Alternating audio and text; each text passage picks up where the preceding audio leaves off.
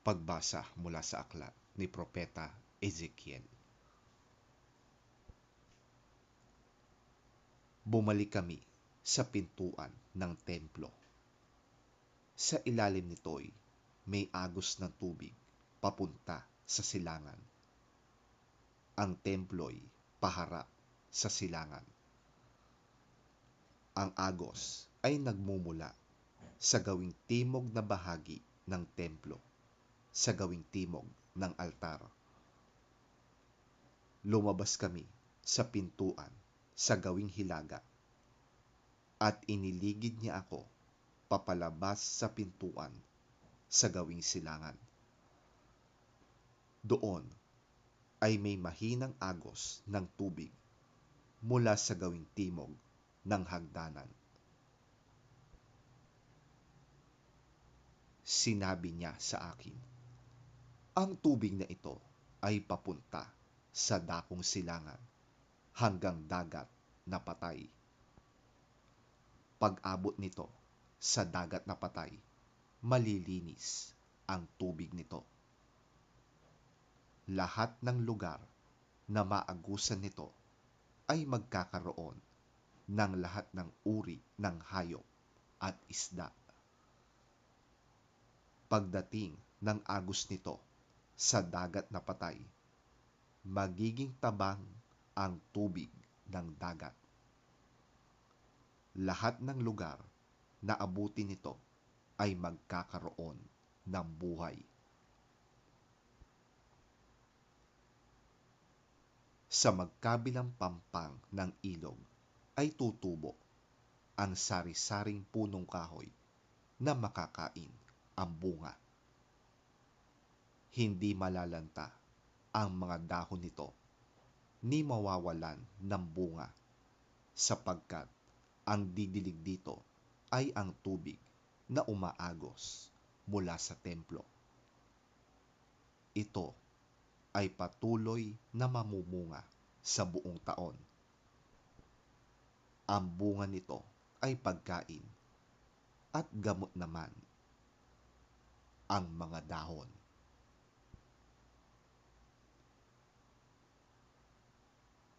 Ang salita ng Diyos. Salamat sa Diyos. Pagbasa mula sa unang sulat ni Apostol San Pablo sa mga taga-Korinto.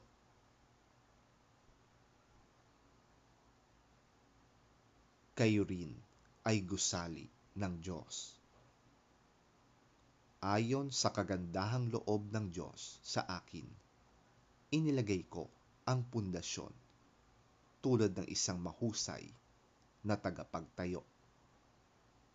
Iba naman ang nagpapatuloy sa pagtatayo ng gusali. Ngunit dapat maging maingat ang bawat nagtatayo sapagkat wala nang ibang pundasyong maaaring ilagay maliban sa nailagay na. Walang iba kundi si Hesukristo. Hindi ba ninyo alam na kayo'y templo ng Diyos at naninirahan sa inyo ang kanyang Espiritu? Paparusahan ng Diyos ang sinumang magwasak ng templo niya, sapagkat banal ang templo ng Diyos at kayo ang templong yan.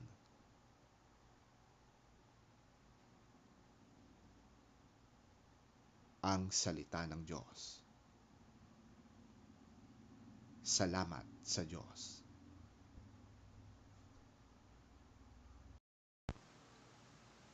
Ang mabuting balita ng Panginoon ayon kay San Juan.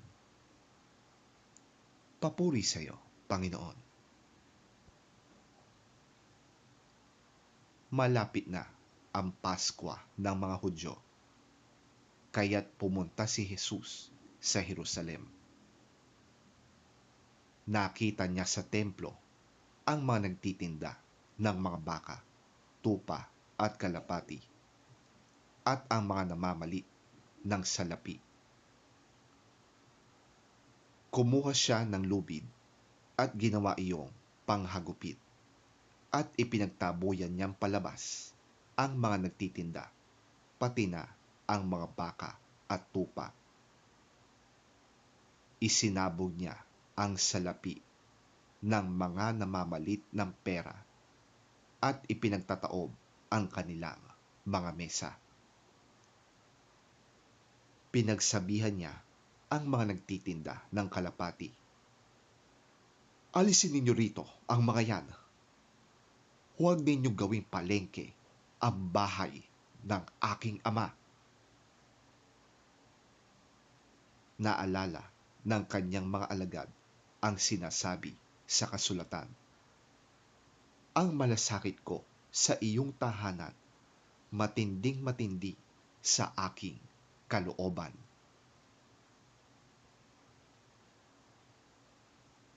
Dahil dito'y tinanong siya ng mga pinuno ng Hudyo, anong himala ang maipapakita mo upang patunayang may karapatan kang gawin ito? Sumagot si Jesus, gibain ninyo ang templong ito at sa loob ng 3 araw ay muli ko itong itatayo. Sinabi ng mga pinuno ng Hudyo, 46 na taong ginawa ang templong ito at itatayo mo sa loob lamang ng 3 araw? Ngunit ang templong tinutukoy ni Jesus ay ang kanyang katawan. Kaya't dang siya'y muling mabuhay, naalala ng kanyang mga alagad na sinabi niya ito at lalo silang naniwala sa kasulatan at sa mga itinuro ni Jesus.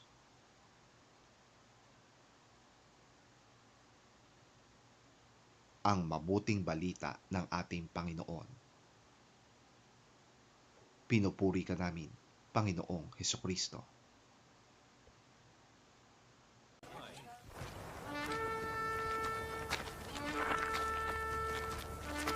It was almost time for the Passover festival, so Jesus went to Jerusalem.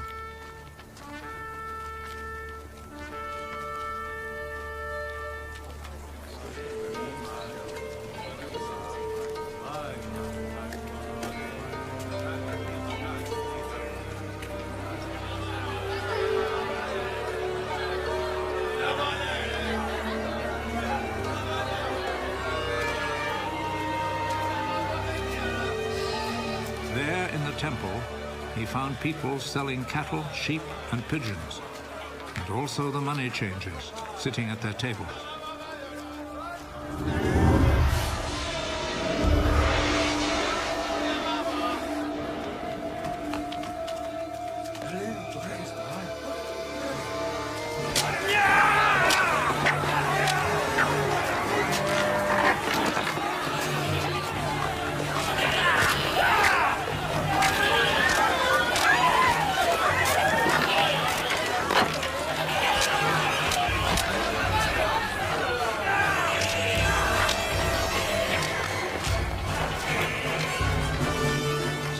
Whip from cords and drove all the animals out of the temple, both the sheep and the cattle.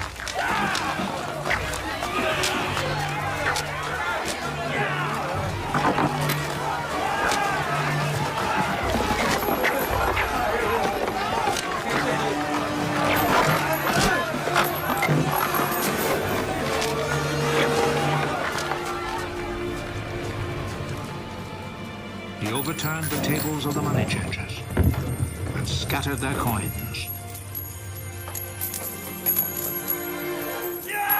And he ordered those who sold pigeons, take them out of here!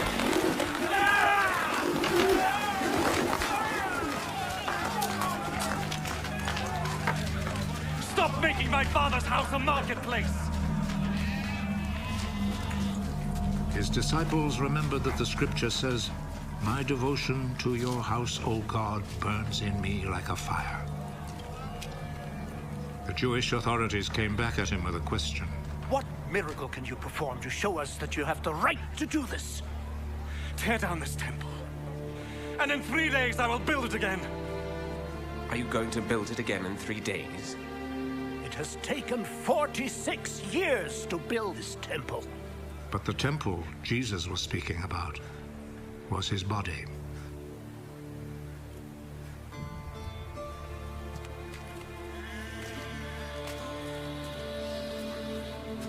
So when he was raised from death, his disciples remembered that he had said this, and they believed the scripture and what Jesus had said.